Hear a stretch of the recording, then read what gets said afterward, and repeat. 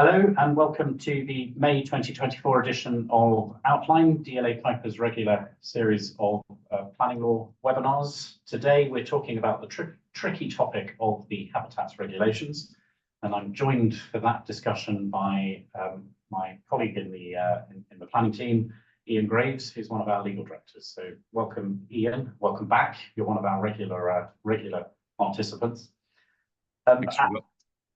As usual, we will endeavour to be between 45 minutes and an hour, certainly no longer than an hour.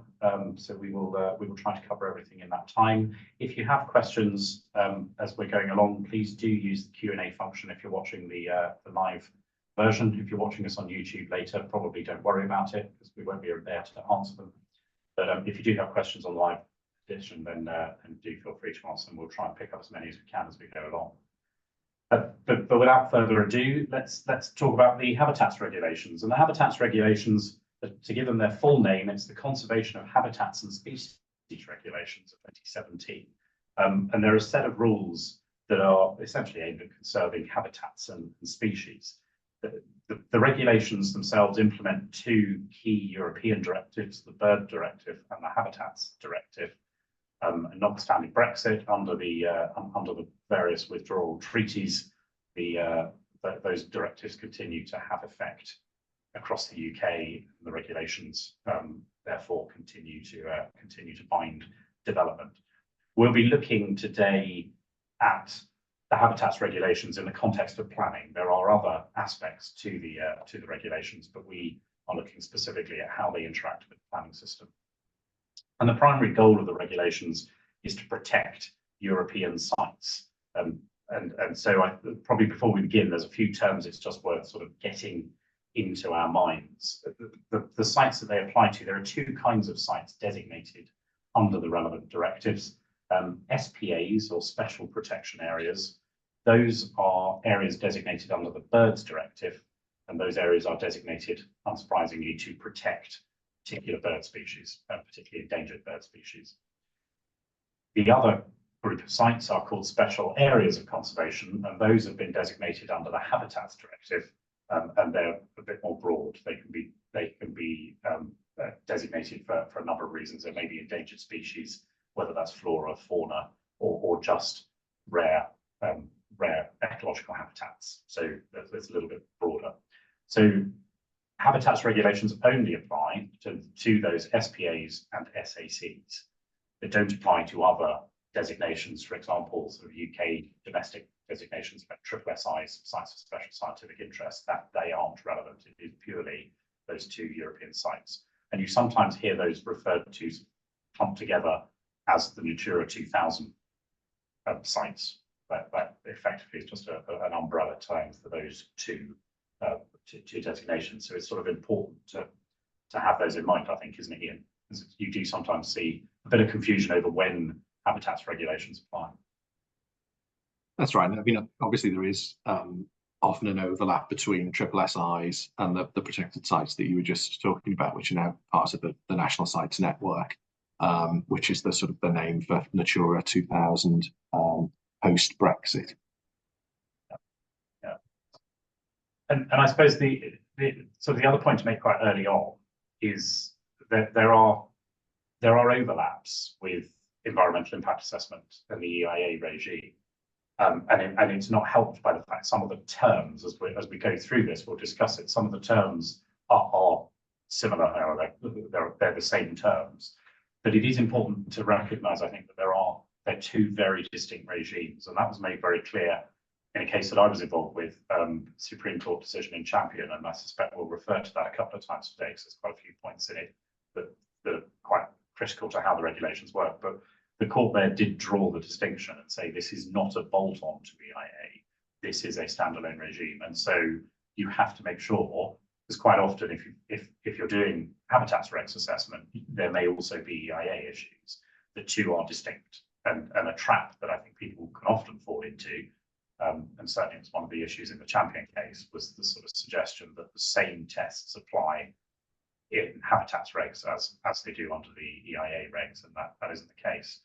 And I think there's a slight oddity for me. EIA is in many ways a much more prescriptive process than habitats regs assessments.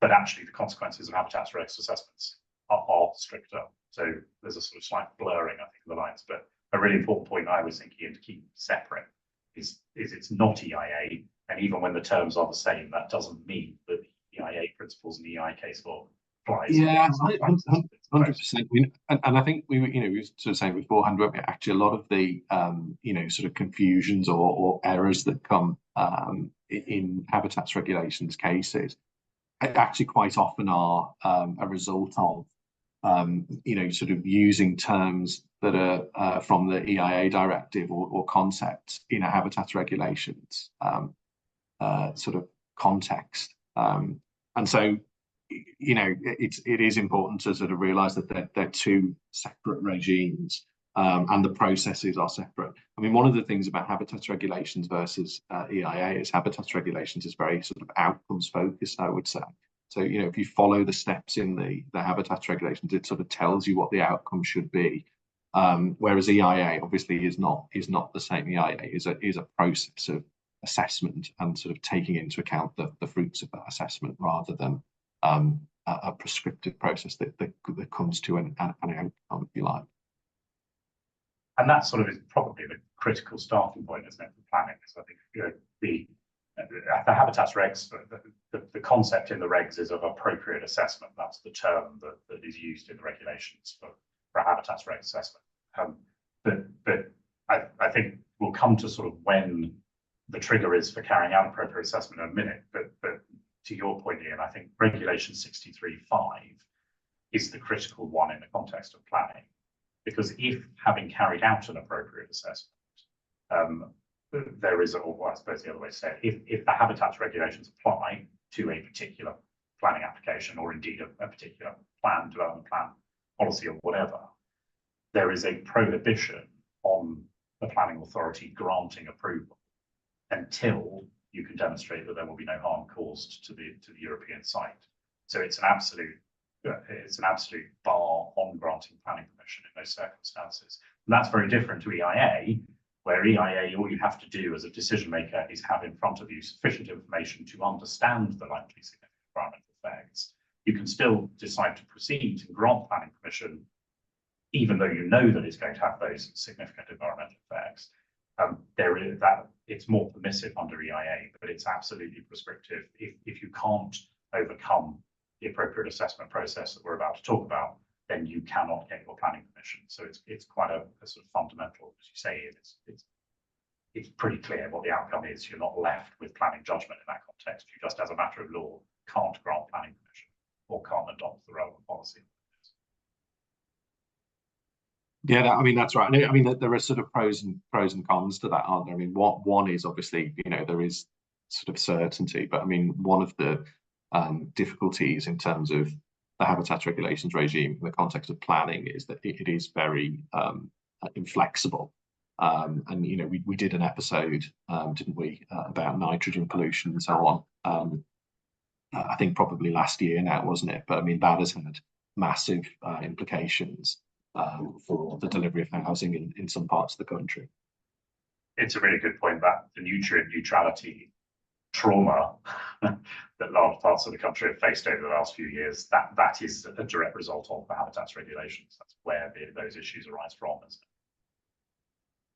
So should we sort of move on to the process? And like EIA, we start with screening, but it's not quite like EIA, is it? In terms of the test is the same. You screen a plan or a project for likely significant effects on the protected site.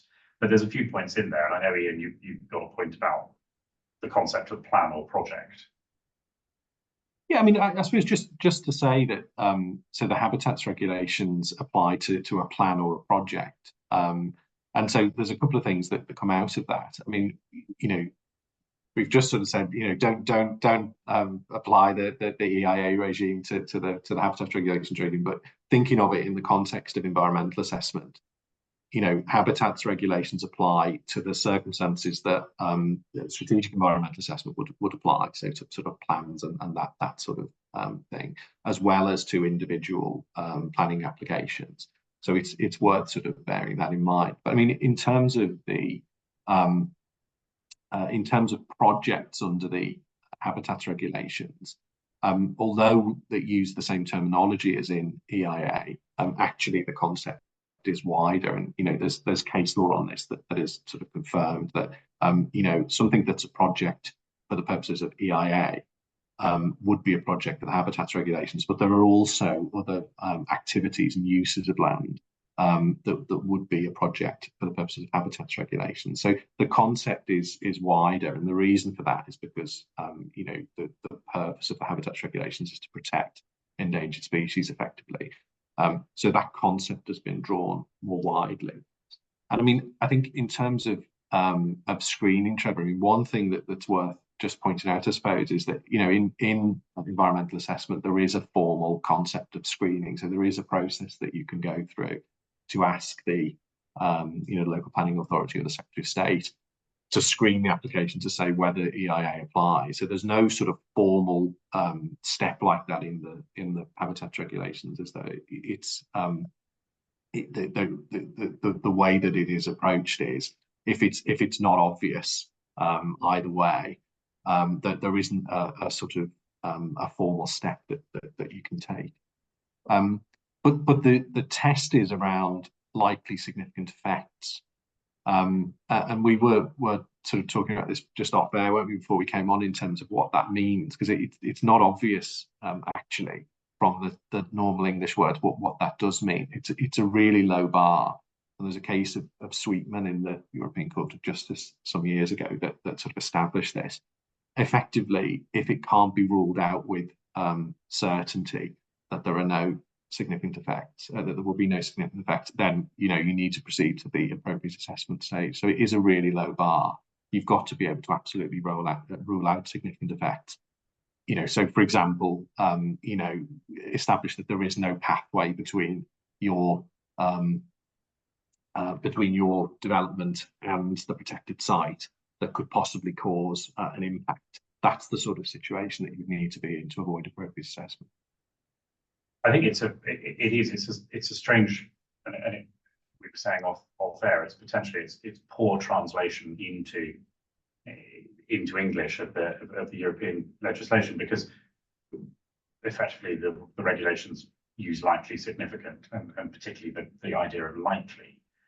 Now that has a meaning that we would all in English sort of understand, but it is an important point, I think, that likely in this case, some of the case law goes so far as to simply talk about a risk, doesn't it? If there is a risk, then that is sufficient. Or we would not in normal English say that a risk of something is a likelihood of something happening. We would draw a distinction between the two, but it is a very stringent test, and people need to be wary of using likely in its normal, ordinary, plain English meaning. It goes much further than that. And if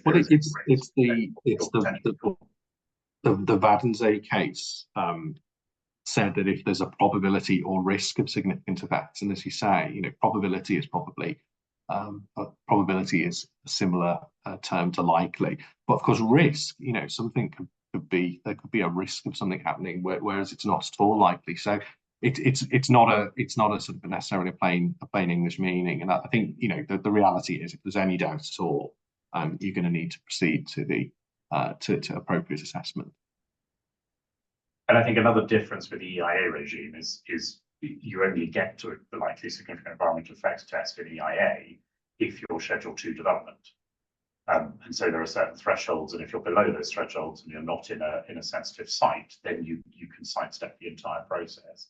Again, there isn't that similar concept of Schedule 2 in habitats regs. Any planning application that is being made, it needs to be considering. So even the very smallest planning applications, if you are within the environs of a protected site, appropriate assessment needs to be being considered, and thought needs to be given to whether your development, even if it is just sort of an extension back of your house, whether there is a potential for it to have those effects on a site, and if so, you're triggering that regime. So any. When we were talking about neutrality, that's a really good example of that, isn't it? Because even quite small housing developments that would never need EIA, for example, are caught by habitats regulations. And it's a good illustration of how the habitats regulations regime is much wider in scope than EIA. And I suppose another good illustration of that is what should be taken into account at that screening stage. And mitigation, for example, is one of the things that, in terms of EIA, mitigation that's sort of built into the development would be taken into account in terms of whether there are likely significant effects. In habitat regulations, that's not the case. So, there was the People Over Wind decision a couple of years back, which established this, that, if mitigation is needed effectively to avoid significant effects, then that suggests that there may be significant effects. We can't rule them out. And so, you don't take that into account at the screening stage. So once you've been through that screening process, and I suppose, again, just another point on that comes out of Champion is, whereas screening in EIA is supposed to be done up front, in the same way as there is no formal process to go through, as you rightly said, and actually this needs to be thought about on an ongoing basis. If you're a planning authority, you could be right up at you're writing a committee report if at that point you come to the conclusion that there are potential effects, likely significant effects on terms that we've just discussed, then you need to be triggering appropriate assessments. So it's an ongoing thing. But if you've got through that, and yes, there are effects that need to be the subject of appropriate assessment, I think that there's some interesting points that come out of how you approach appropriate assessment. Because again, unlike EIA, it's not a formulaic, this is what it needs to look like. There is no guidance at all. Another point in Champion, there is no set methodology, there's no set structure for an appropriate assessment, is there? No, I mean, as you say, the EIA regulations, there is a schedule that tells you these are the things that you've got to cover in your EIA, for example. I mean, in a legal sense, that there is no set way of carrying out the appropriate assessment, as you say. I mean, obviously, from a technical perspective, so ecologists and other, sort of scientific and so on professionals that would carry this out, there are standard methodologies that would be used for the various types of assessment. But I mean, in a legal sense, there is no, there is no criteria set down. And I mean, the sort of case on this, it's been pointed out that appropriate just means what it says. So, it's appropriate for the task in hand. What needs to be understood is, what is the development and what effects could that have on the integrity of the relevant protected site? And so, of course, that could be quite limited. The scope could be quite limited, or it could be very broad. I mean, if you think of impact on birds, so quite often developments will affect SPAs. There are lots of different ways that birds could be affected, even down to things like noise emitted from the site, or activity on the horizon, for example, can disturb birds. So there needs to be a really thorough understanding of what the scope of the project is and what effects there could be on the relevant protected site, before you can decide, well, what are the things we need to assess? I think a couple of practical examples of that might be useful here that I've come across in the past. Many years ago, I was looking at a project development proposal for an education establishment down Portsmouth way, near the Solent, which is itself an SPA. And one of the birds that is protected there is the Brent goose. Is part of the reason for the SPA. And this site was outside the SPA, and what they were looking to do was to replace a playing field at the college with a used to be called a mugger, the multi-use games areas, the old which is now called something else, so I can't remember, not being a sporty type. But the point there that became an issue was the Brent goose particularly likes to feed on cut grass rather than wild grass. It likes short grass, that's its feeding ground. And so there was an issue that actually, I think in the end from memory, blocked the project, was one of the reasons the project never went ahead, was because you had this problem that you were losing playing fields, and playing fields were ideal feeding ground for the Brent goose because they were constantly mowed, so it was kept short grass. That as a result, the loss of that feeding ground for the Brent goose was potentially has that harm to the integrity of the SPA. And the other example, which I think comes up quite a lot, you see it in the Brex over in Norfolk, but the first time I came across it was in the Thames Basin Heath area, which was nutrient neutrality before nutrient neutrality, and that a large chunk of Surrey and everywhere else became undevelopable because the Thames Basin Heath is an SPA, and that's in order to protect the Dartford warbler. The Dartford warbler is a ground nesting bird, and so every new home that was built that might result in somebody taking their dog for a walk on the heath was potentially harmful to the integrity of the SPA, because those dogs, or even just the kids running through the heath or whatever, were going to upset these ground nesting birds. And that was, we're going back 15 years or so now, but at the time that was a huge issue when you were trying to deliver as local authorities your housing supply numbers. I mean, Surrey Heath District Council, the clue's in the title, it became almost undevelopable for a while until they overcame the issue, rather like nutrient neutrality since. So it can be sort of unforeseen or unexpected. It's not just this development is going to pollute, or this development is going to impact on air quality in the SPA. Actually, just having some quite random impacts on the birds or whatever is the reason for protection can be an issue, and so it can have very wide-ranging consequences.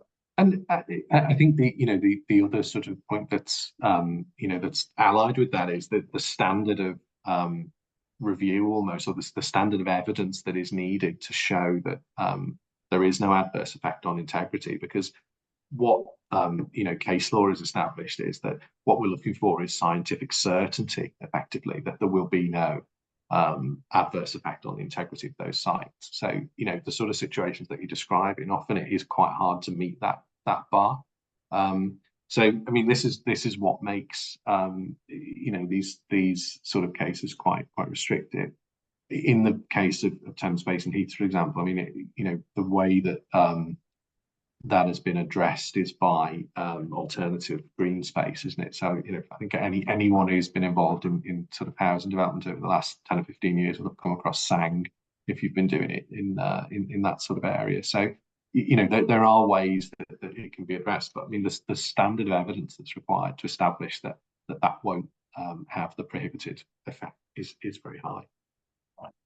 And I think the Grace case is worth mentioning, Irish case, isn't it? Which goes into that.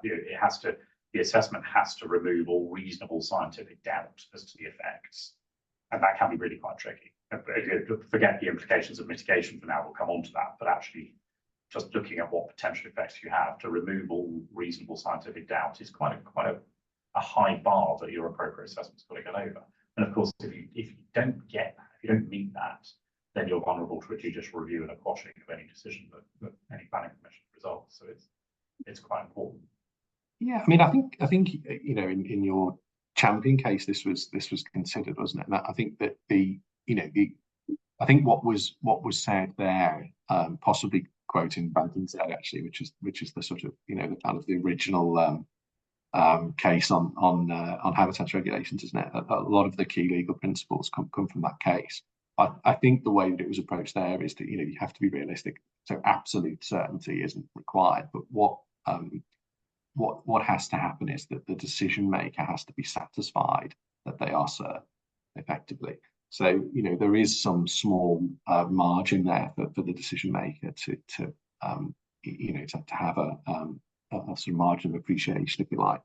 But the standard that we're looking for is certainty. So you would need to have evidence in front of you, scientific experts that are telling you, you can be sure that this won't have that effect. And I think that the Smith case is probably an interesting one to bring in at this point, and just for the benefit of everybody listening, we will, as usual, list the cases, particularly here, because there's quite a few European cases where the spelling is not necessarily obvious, and so we will list them after we finish the discussion. But I think the Smith case looks at what happens if you've exhausted all scientific knowledge and you can't meet that bar of removing the reasonable scientific doubt. And what it says is that if you've exhausted all the science and you've still got this uncertainty, then you've got to work with probabilities and with estimates. And what the appropriate assessment then needs to do is to actually set out those probabilities, those estimates, and address it, and be very clear that these are the reasons why you can't achieve the level of certainty the test requires, and this is sort of the best we can do is look at these probabilities and look at it on this basis, so that it's transparent. And I think there's a logic to that. That's a pragmatic way of saying if you can't hit it, you've just got to be honest about how close you come and be transparent about it, so that anyone who is aggrieved or disagrees can understand the process and can look at whether there's a challenge to that process or not. Yeah, I mean, so I suppose that would apply in situations where it's not well understood what the effects of a particular development might be, for example. But I must admit, I've not come across a case like that, but I assume there must occasionally arise because there is that Smith case, as you say. Yeah, it obviously happened at least once and got all the way to Court of Appeal, didn't it? So your appropriate assessment identifies those harms, and as I said at the beginning, Regulation 63.5 is very clear. If there is harm, then you do not get, in most circumstances, you don't get your planning permission. And it's at this point that you do then bring in mitigation. Having established that there's a potential for harm or a likelihood of harm being caused, then you look at whether that harm is able to be mitigated. And I think at this point, it's always important to remember that mitigation means remove the harm. Compensation for any harm caused is a different concept, which we'll come on to. You have to be able to show that you are removing that risk of harm, and that, I think, we've seen that very clearly with nutrient neutrality. That is very difficult to do, and quite often requires a greater than a particular site solution. It's got to be an area-wide solution to some of the problems. You've mentioned earlier SANG, strategic.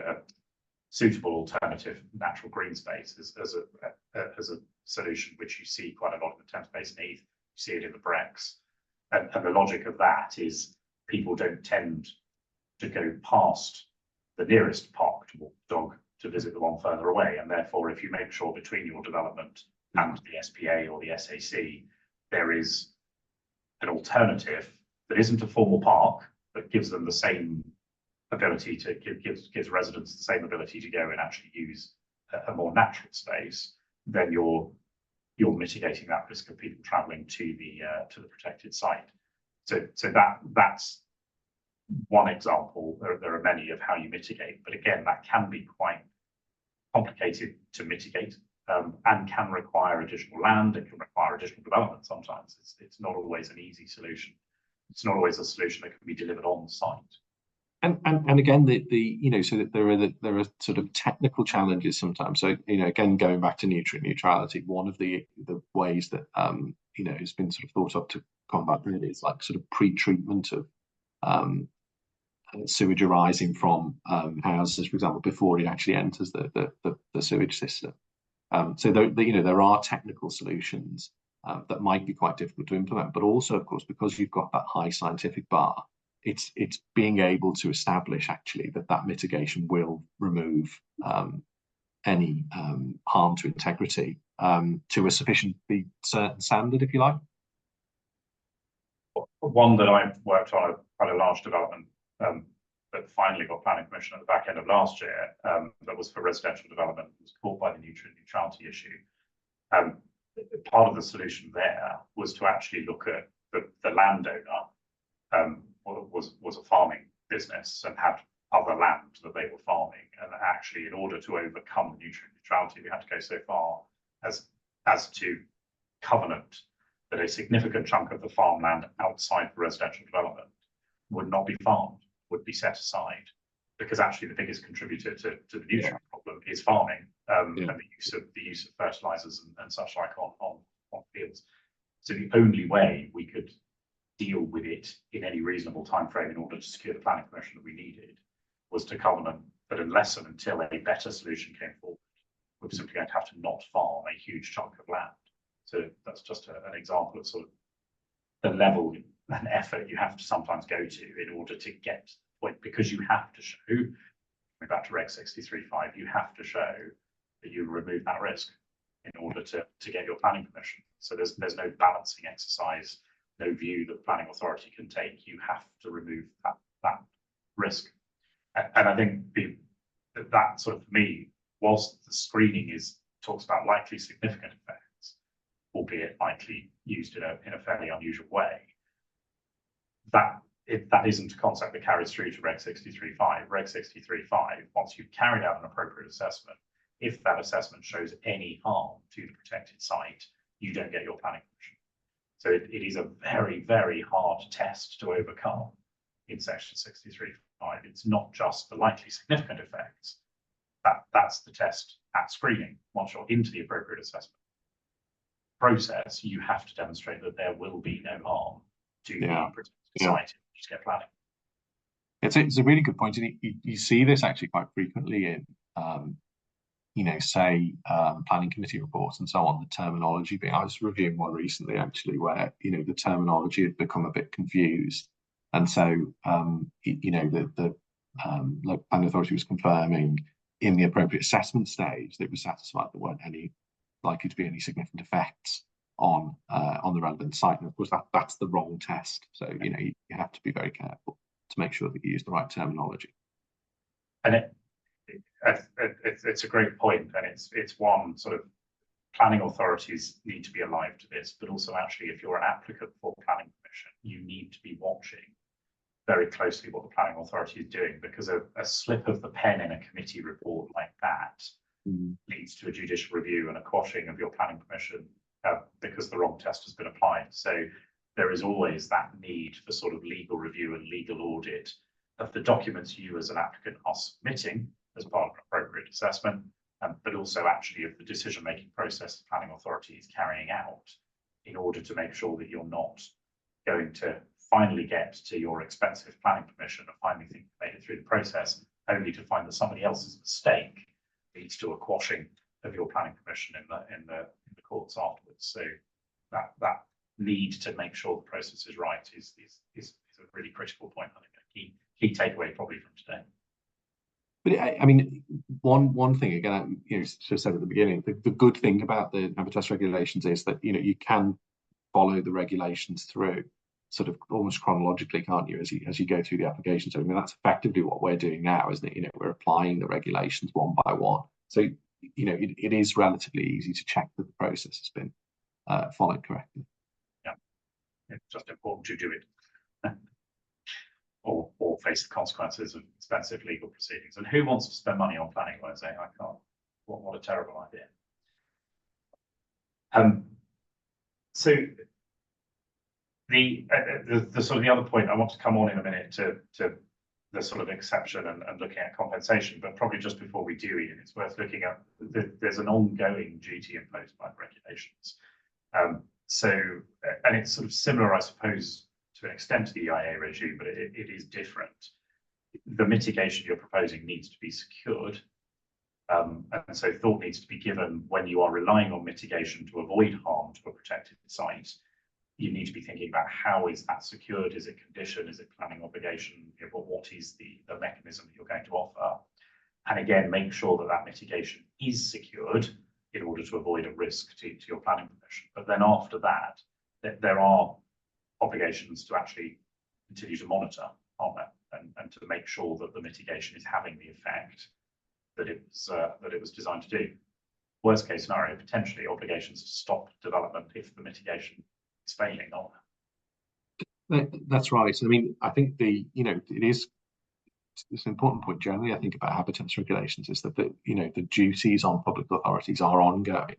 So it's not a case where it just ends at the point of the consent being issued, as you say. I mean, another point that's been in the courts recently is around sort of multi-stage consents and around approval of details under conditions, for example. So there's a case, I think, was in the Court of Appeal relatively recently. I think we're probably expecting the decision shortly of CG Fry, which was looking at this issue. So if you have an outline permission Is there a requirement for appropriate assessment at the reserve matter stage, for example? And a sort of similar principle would apply if you've got something like a pre-commencement condition. You know, certainly if you look at the European directives and the way that they are framed, so it's not just consent, it's any sort of decision to go ahead with the project. So anything that allows the project to go ahead should be subject to appropriate assessment in the in the relevant circumstances. So in principle, at least, you know, multi-stage consents could be subject to appropriate assessment at a number of different stages. And I think, you know, again, in the context of neutrality, the government and Natural England have said that that is their view. And the Fry case is going to consider that. I mean, there is case law that suggests that where an appropriate assessment hasn't been undertaken at the outline stage, you know, if the circumstances fit, then it should be undertaken at the reserve matter stage. But I don't think there is any case law directly on that point about, for example, the conditions. You know, so is there an obligation to comply with habitats regulations again at discharge of condition stage, for example? So the Fry case is one for viewers to look out for over the next sort of month or so. I think it will be an important one because it's nutrient neutrality did produce examples of that where developments were trying to get reserve matters approved or were trying to get conditions discharged. And some local authorities, in view of the government's position, were simply saying, and Natural England's position was simply saying, we're not going to issue you with this discharge. The discharge might have had nothing to do with nutrient neutrality. It could have been, you know, I don't know, discharge of surface water drainage scheme or whatever. But if the fact of granting it would have enabled development to come forward, that might have a harmful effect on the protected site, local authorities were taking the position that therefore they could not. Now that the nutrient neutrality issue having not been there at the grant of planning, but now having arisen, they were seeing that as a reason to not approve. So, you know, as we saw across large swathes of the country over the last couple of years, development, just ground level residential development, just stopped across large chunks of, you know, entire counties in some cases. So we've certainly seen instances where that's the approach that's been taken, but we don't have case law on it yet. I know, you know, the HBF had a fairly strong view that was not the right approach, and it will be interesting to see what the court does with it and gives us a final answer on how that should play out. Yeah, I think that's right. And I think there is a feeling that it sort of contravenes the principle that the local planning authority, once it's given a consent, can't sort of, you know, derogate from that by then taking it away later on effectively by you know, applying the habitats regulations. So I think that's quite a widely held view. But I mean, at the same time, obviously the habitats regulations themselves impose quite strict legal duties on you know, on appropriate on authorities rather in this case. So it'll be interesting to watch. I probably haven't got time now to talk about the ins and outs of it, but it is legally very interesting, and obviously that will have very significant a very significant impact on development going forward, because it may mean that in certain areas, you know, if you've got conditions to be discharged, you could have a problem if permission was granted before a habitats regulations issue arose. Yeah, and there's sort of I'm sort of reminded of some of the EIA case law from a few years ago, Wells and Barker in particular, that went through this same process of do you have to revisit EIA reserve matters and condition discharge, and ultimately the answer was yes, but of course the consequences are a lot less significant potentially EIA than they are with habitats regs. So it will be interesting to see what the court does with that.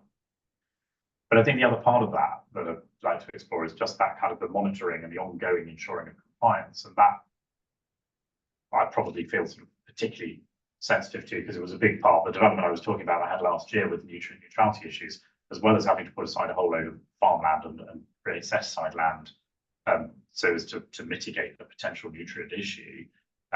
The 106 ended up with some quite complicated monitoring and review mechanisms to ensure that an appropriate level of nutrient was being prevented from entering the system by the set-aside land in order to allow development to continue. So the permission, to your point about certainty, and actually the permission has an element of uncertainty in it, because if the compensation, the mitigation isn't proving effective, there is a bar on continuing to build and occupy residential units until you've revisited it and come up with better, more effective mitigation. So it can be quite onerous. And there's a real practical commercial issue there, because you've then got a permission that is potentially unimplementable. There's no certainty for anyone looking to acquire from you. You've got some of those issues. So there's real challenges that need to be thought about quite carefully. And I would suggest, if you're an applicant, it needs to be thought about prior to offering a particular mitigation, because it's easy to offer it, but there are some potentially consequences that you don't see at that stage for your planning permission, the value in your planning permission. So I suppose one of my other practical takeaways would be when you're thinking about mitigation before your consultants are offering it, actually, you probably ought to be talking to your lawyers about, well, what is going to be the practical consequence of offering that mitigation further down the line when I'm trying to a really good point, or trying to sell the site. Mm-hmm. Agreed. Right, well, we're almost at 45 minutes, so we ought to count. There was one big concept we haven't touched on yet, which is what if you can't? And we've already said Reg 63.5 is pretty clear. If you can't mitigate, then you don't get your planning permission. But there is an exception to that, in the form of the public interest test, IROPI, as it's known, but Gorney, and I can never quite remember. Imperative reasons of overriding public interest, which should give an indication of the how high the bar is. I mean, should obviously just say there, so that it's if there are no alternatives to the development. So the next step after concluding that there would be adverse effects on integrity is to consider, are there any alternatives? And if you can establish that there are no alternatives, then permission can be granted in the case that there are IROPI that are can be identified. And everyone says IROPI because the phrase I used before is too much of a mouthful to repeat in planning committee hearings. It's almost like you've forgotten it again. Imperative reasons of overriding public interest. We've got to get it. It's one of those phrases. It just doesn't stick in the mind, does it? Because it is such a mouthful. Well, it probably sounds better in French. I would imagine there would be something like that. But there'll be an elegant sort of French phrase. We'll sum that up.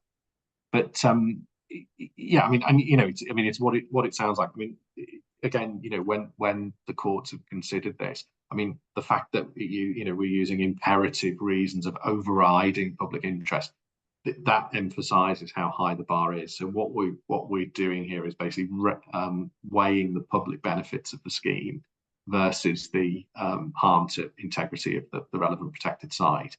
And the fact that we're saying that they've got to be imperative reasons and overriding reasons shows that it's not a straight balance. It's, there really have got to be strong reasons why we would say that it outweighs the harm. And generally, these have to be public benefits. There can be economic benefits, social benefits. There have to be public benefits, not private benefits. And that comes very much from the Wilkinson case. The Wilkinson case is quite an interesting one because there's a number of points, I think, that come out of it as to how this test should be applied. The first being that it's got to be in the public interest. So private interests, you simply can't get into that ballgame. So it's got to be a public interest, as you say. I think the other one that comes out of it for me is that it's ultimately a matter of planning judgment. And the case law, including Wilkinson, says this is a matter of planning judgment.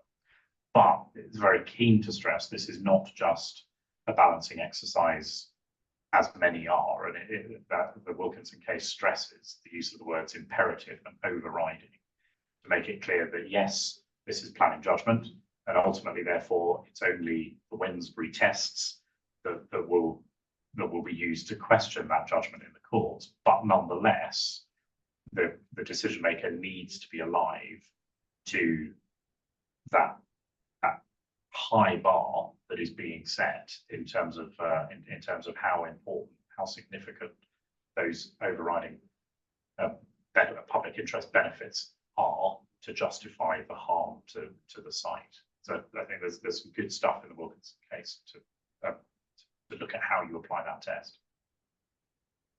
That's right. And then, of course, if consent is granted in those circumstances, then there's then a duty on the decision maker to secure adequate compensation.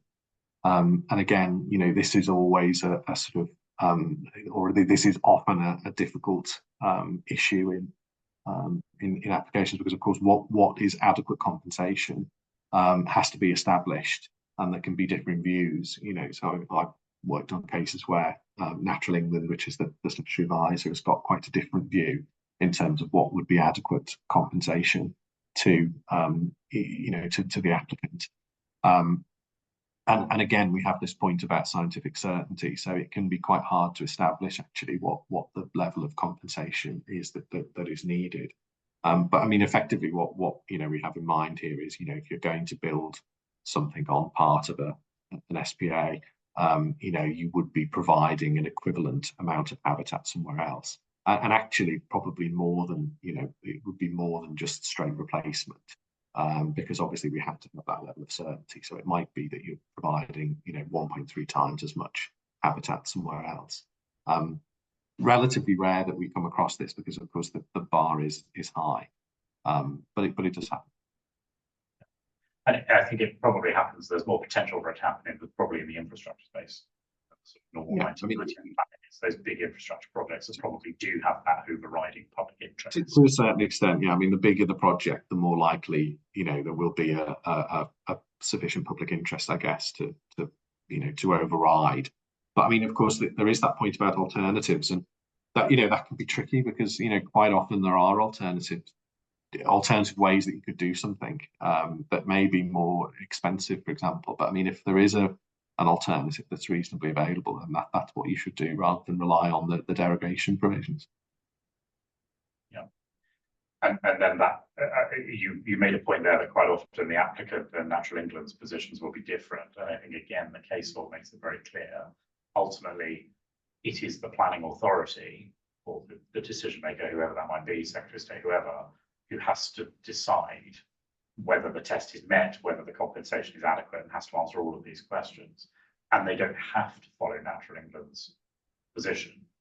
But case law is very clear, if they are not following Natural England's position, they need to articulate very clearly why they are coming to a different conclusion. So it's their decision to make, but if they're going to go against the national body charged with responsibility for these matters, they need to be able to articulate their reasons. So I think, again, it's another example of that. If you're in that situation as an applicant, you've got to make sure the planning authority gets those reasons right, and has that robust explanation of why they are going to take a different position to Natural England in order to avoid the risk of an unnecessary challenge.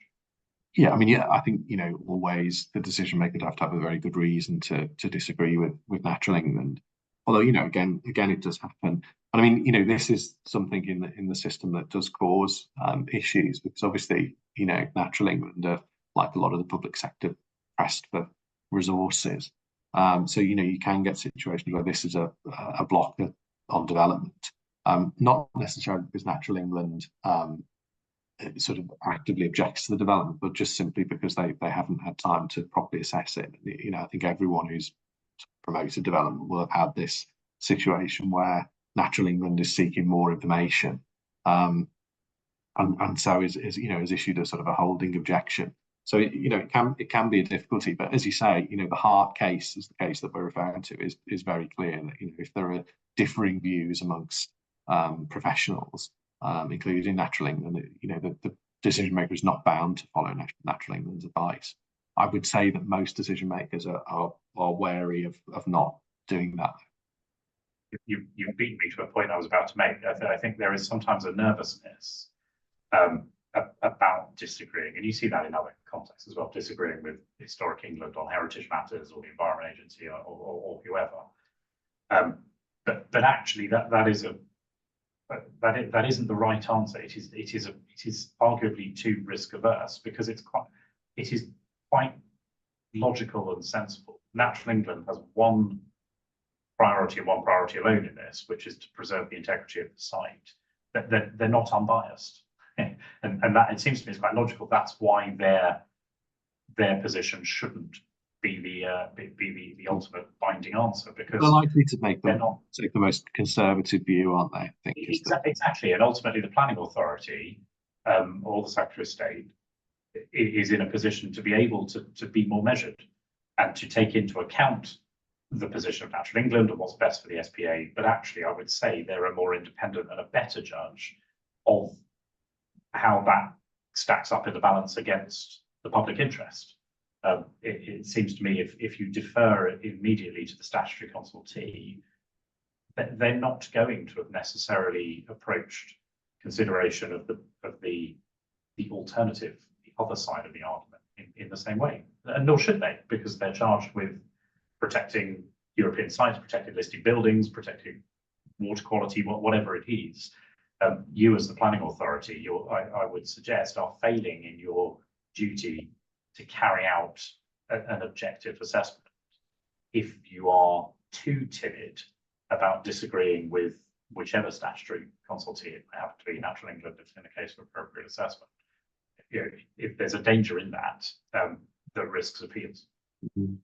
Well, it goes back to the point we were discussing earlier, I think, around what does certainty mean? So the absolute certainty is not possible, and I think my experience has been sometimes that Natural England is effectively looking for absolute certainty, and as you say, they're likely to take a more conservative approach to this and probably require a higher standard of evidence than perhaps is warranted.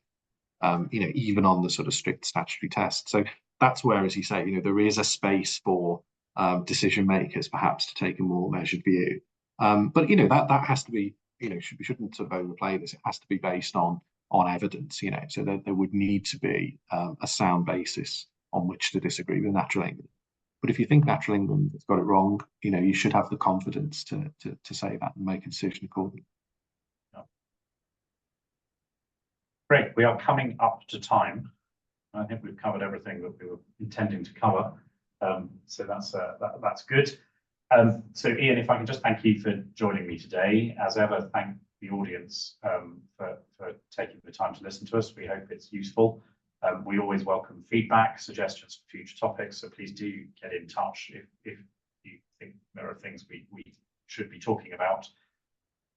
We will be back whilst the government is now in purdah. And whilst government decision-making has ground to a halt following the decision earlier this week to call a general election, we will be carrying on. The planning system will continue, notwithstanding that decision. So we will be back on the 13th of June, when we'll be looking at the topic of permitted development rights, an area that has grown exponentially over the last few years, the permitted development rights and the various different approaches to how those rights are activated. So we will be trying to look at that in the context of significant development, where those permitted development rights sit. So I very much hope that you can join us on the 13th of June for that. And in the meantime, thank you and goodbye.